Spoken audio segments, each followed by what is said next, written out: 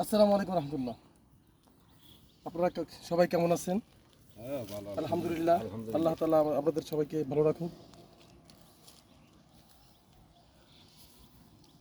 এই জায়গাটা ছিল একটা পতিত জায়গা, বুঝছেন? আমার কৃষক ভাই, এই জায়গাটা ছিল একটা পতিত জায়গা। আমি এই ব্লকে চাকরি করতেছি প্রায় 5-6 বছর। আমি এই জায়গাটাকে আমি পতিত দেখেই আসছি। আলহামদুলিল্লাহ, আমাদের কৃষক আহসানুল্লাহ ভাই, উনি মাদ্রাসার একজন শিক্ষক ছিলেন,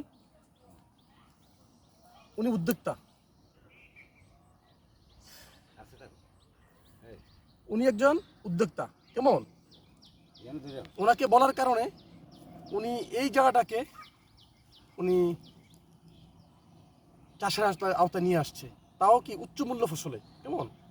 ওনাকে বুঝাচ্ছি যে এখানে পানি উঠে না, ও কখনোই 2004 সালে বন্যায় নাকি পানি উঠছিল, আর পানি উঠে নাই।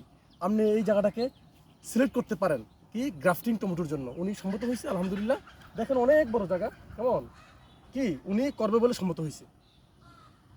পাশে একটা জমি আছে, ওইটা এখন হারভেস্ট চলতেছে টমেটো।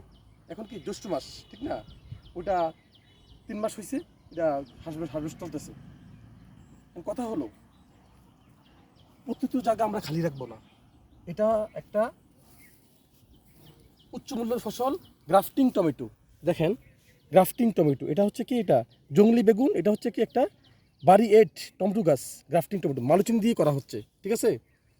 এবং কথা হলো, আমরা কখনো পতিত জায়গা খালি রাখবো না। আমাদের দেশের মধ্যে স্বর্ণ ফলে না, স্বর্ণের খনি নাই, তেলের খনি নাই, ঠিক আছে? আমাদের দেশের মধ্যে একটা খনি আছে, কৃষকের খনি, বেকারত্বের খনি। আমাদের বেকারত্বের এই যে অভিশাপ, এর থেকে আমরা উত্তরোত্তর আমরা বেরিয়ে আসতে হবে। কি বলছি? আহসানুল্লাহ ভাইয়ের মতো। আহসানুল্লাহ ভাই একজন মাদ্রাসার শিক্ষক ছিলেন। উনি কত টাকা বেতন পাইছো? 5,000, 6,000, 7,000 বা উর্ধ্বে 8,000 টাকা। আলহামদুলিল্লাহ, আহসানুল্লাহ ভাইয়ের এখন বর্তমানে আয় আছে প্রতি মাসে 30,000 থেকে 40,000 টাকা, শুধু উদ্যোক্তা হওয়ার কারণে। কি করছে বুঝছেন? তো এটাই বললাম যে আমরা প্রতিটি জায়গায় খালি রাখবো না। আর এই যে গ্রাফটিং টমেটো, হ্যাঁ, এটা করার কারণে আমাদের অফ সিজনে, এই যে এখন তো টমেটো তো নাই, ওই যে শীতকালীন টমেটোটা, এবং গ্রাফটিং টমেটোগুলি, এই টমেটোটা বিক্রি করবো আমরা উচ্চ মূল্য হিসেবে। যেহেতু এটার মধ্যে খরচ বেশি, কি এটার মধ্যে খরচ অত্যন্ত বেশি। একটা টমেটো গাছের দামই হচ্ছে কিনা পড়ছে 15 টাকা করে, 15-16 টাকা করে। এখানে মালচিং আছে, এখানে এই যে এই বাঁশটা আছে, কেমন? এখানে এই এই মালচিং পেপারটার নিচে অনেক খাবার আছে। আর আপনারা জানেন মালচিং পেপার কী জন্য দেওয়া হয়? এটা যাতে এখানে ঘাস না হয়, মাটির আর্দ্রতা ঠিক থাকে, এবং কি এখানে যে সারগুলি প্রয়োগ করে ফেলছি, এগুলি যাতে পানিতে ধুয়ে না যায়।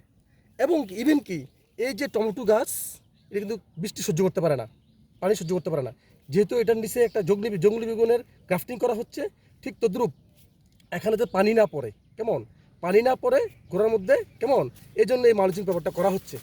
ওকে, এখন কথা হচ্ছে, আমাদের দেশের চাকাকে সচল রাখতে হবে। আমাদের দেশের চাকাকে সচল রাখতে হবে। আর প্রত্যেকটা পতিত জায়গা খালি রাখা যাবে না। আমাদের দেশটা অনেক ছোট্ট একটা দেশ। আমাদের দেশটা একটা ছোট্ট একটা দেশ। 1 ইঞ্চি মাটি সোনার চেয়েও খাঁটি। এটাকে আমরা কি করতে হবে? আবাদ দিয়ে ভরে দিতে হবে। দেখেন, ফসলের মাঠ মোটামুটি ছোট একটা জায়গা। এই জায়গাটা গ্রাফটিং টমেটো করা হচ্ছে।